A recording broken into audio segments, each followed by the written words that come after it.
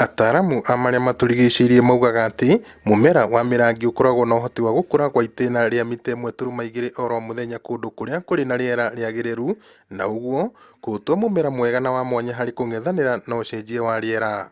Ni undu wa gitumi giki gatagati ka moguni mangi, thirikari ya kaunti ya Nyandarua ni yanjitie kuhinyiriria arimi kuyukia urimi wa muti uyu, na gwa kahinda gaka kuri na makiria ma eka 500 ma mirangi kaunti-ini ino. Na biashara ino ya bamboo ni kindu ikoretwo gikuo ihinda inene, no ndihota kunyitikana thiini wa Kenya, koguo no njokie ngatho kwi president ni undu wa cabinet yake ku adopt mirangi ikorwo i cash crop, na ni cash crop njega thiini wa kaunti ino itu, ona akwi igukorwo na mbeca njega ota uria waru cihana. Thengia ya kwagirithia riera, mirangi no ihuthike hari uthondeki wa mbao cia gwaka, makara o hamwe na nguo. Ona kurio ni iriagwo ta mboga shoots ciayo ni iriagwo ni guthondeka tiles na maundu mangi maingi.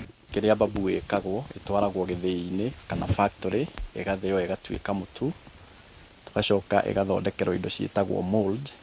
Mutu ucio ugekirwo hau ugacoka ukanyitithanio na ngamu, ati rubao ru rukiuma mwena uria ukoragwo rwina uritu nginya gukira wa mahogany. Nitucemanitie na murimi Thirikari Njoroge kuma itura ria Tumaini na John Ndegwa kuma itura ria Ngurika, aria matutaririe uria manjiririe urimi wa mirangi na gutiganiria mawira maria marutaga hau kabere. Njoroge arimaga waru nake Ndegwa ahandaga miti ya mibao. Ndahandaga miti ya iria andu metaga miti ya mibao kuma South Africa ya thitima. No ni twaikarire thi tukiuria gwetagirira kimera miaka 10 ni gukuhoteka, is it sustainable kana ina githungu. Area ya maruga urimi wa mirangi nduri moritu maingi maugumagira ukiringithania na urimi ungi, no gukunyihiria murimi mahuthiro. Mirangi ndi stress atu riu wahanda ni uguo niguo kugacoka prune nduri ati ndawa guka kuhura, kana ukore ati murangi ni urengirwo ni kigunyo, kana ni uheire ni heho. Wo wa uhanda ni uguo no kurimira handu ha gweterera miaka 10 toria ndetagirira mibao, mirangi njetagirira miaka 5. Kuratuika ati hari ikemwe ya mirangi murimi ari na uhoti wa kugetha tani 40 oro mwaka, na ikihurwo maita na ciringi 10,000 hari o tani. Anja ni ati uyu ti urimi muhuthu, na makiria mauguo iri na uhoti wa gukura kwa ihinda ria miaka 40. Thoko ya mumera uyu ni nene, na uguo arimi mari na kibarua kinene gia kuhunia thoko ino, kuona iganda cia guthondeka indo iria ciumanaga na mirangi ni ciambitie guthondekwo.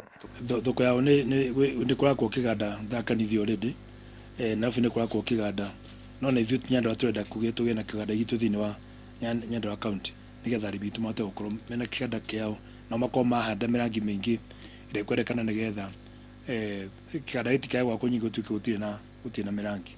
Tariki 18 mweri uyu niguo thĩ yothe kungwagira muthi wa mirangi, na thirikari ya Nyandarua iraugaga kani kahinda ga kuha arimi mayuki urimi uyu.